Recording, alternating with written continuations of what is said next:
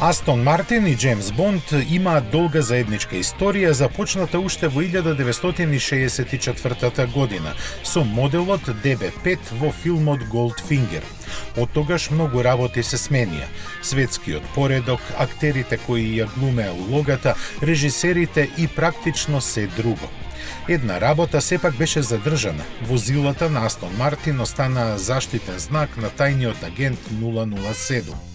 А тој во својот најнов филм ќе биде еколошки освестен и ќе ги гони најзлобните светски злосторници со моделот Rapid E, кој на пазарот треба да се појави пред крајот на годинава. Ќе биде задвижуван од два електромотора со вкупно 610 конски сили сместени назад. Напред, место стандардниот V12 мотор ќе се наоѓа пакет батерии со капацитет од 65 киловат-часа, кој ќе овозможи автономија од околу 320 км. Серискиот Астон Мартин Rapid E ќе забрзува до 100 км на час за помалку од 4 секунди, а најголемата брзина джентлменски ќе му биде ограничена на 250.